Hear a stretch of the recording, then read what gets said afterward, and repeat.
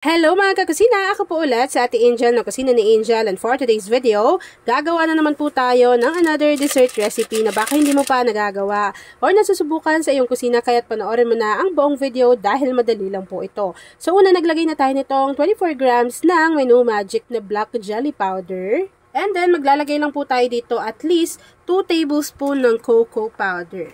Ayan, so siguraduhin ninyo na hindi pa nakabukas yung apoy sa inyong kalan.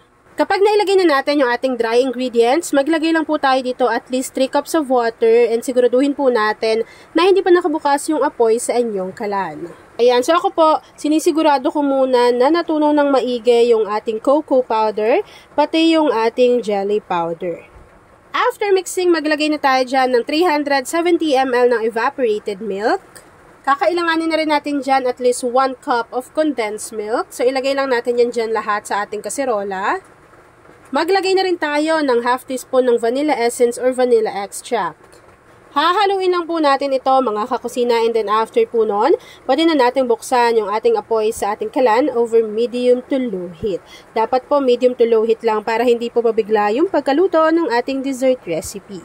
At para mas maging malambot at chocolatey yung ating dessert, maglalagay lang tayo nitong cake bar. So ito po, dark chocolate flavor. So dudurugin ko lang yan. Mga 3 hanggang 5 piraso yung ilalagay ko na cake bars. Ayan. Tapos make sure ha na medyo mahina lang yung apoy sa inyong kalan. And maglalagay rin po tayo dyan ng munggo beans. So ito yung nasa bote na lang ha, yung gamit ko si Tita Ellie. Isang bote yon, dinrain ko lang. Tapos inilagay ko na yan dyan dito sa ating kaserola.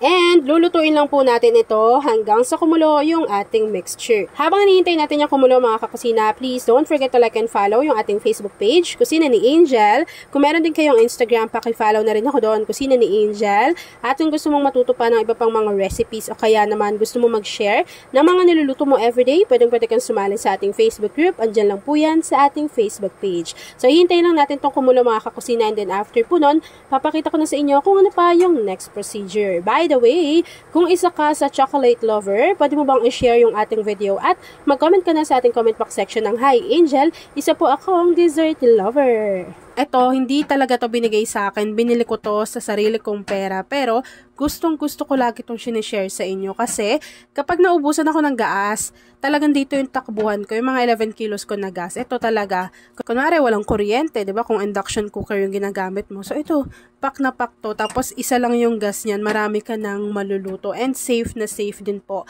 si Gaslight. Kung ayaw ng white, napakaraming kulay na pagpipilian dyan. So, ako pangatlong kulay na to kasi yung dalawa, yung isa nandun sa isang kwarto. Tapos ito yung lagi kong ginagamit sa mga recipe video natin lately. So ito parang mag-iisang taon na rin to sa akin.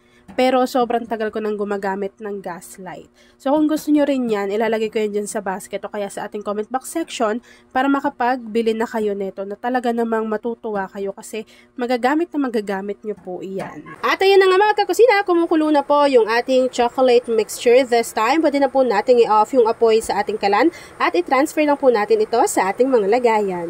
Isasalin ko lang to dito lahat mga kakusina, and then hihintayin ko na yung mag-set at mag-firm bago ipapakita ko na sa inyo kung ano yung natapos nating easy dessert recipe. Lakas ang ulan! At ayan na nga mga kakusina, once na lumamig na or nag-set na yung ating dessert recipe, pwede na po natin tong i-enjoy! At ayan na mga kakusina, tapos naman po ang ating easy at kakaibang dessert recipe na Choco Munggo Pudding. Kung nagustuhan mo yung ating video, please like and share this video. At kung hindi ka pa nakakapag-subscribe sa aking YouTube channel na Kusina ni Angel, please click subscribe button, click mo na yung notification bell, click all para lagi kang updated sa bawat ina-upload kong mga videos. Yun lang mga kakusina. Thanks for watching and enjoy this video.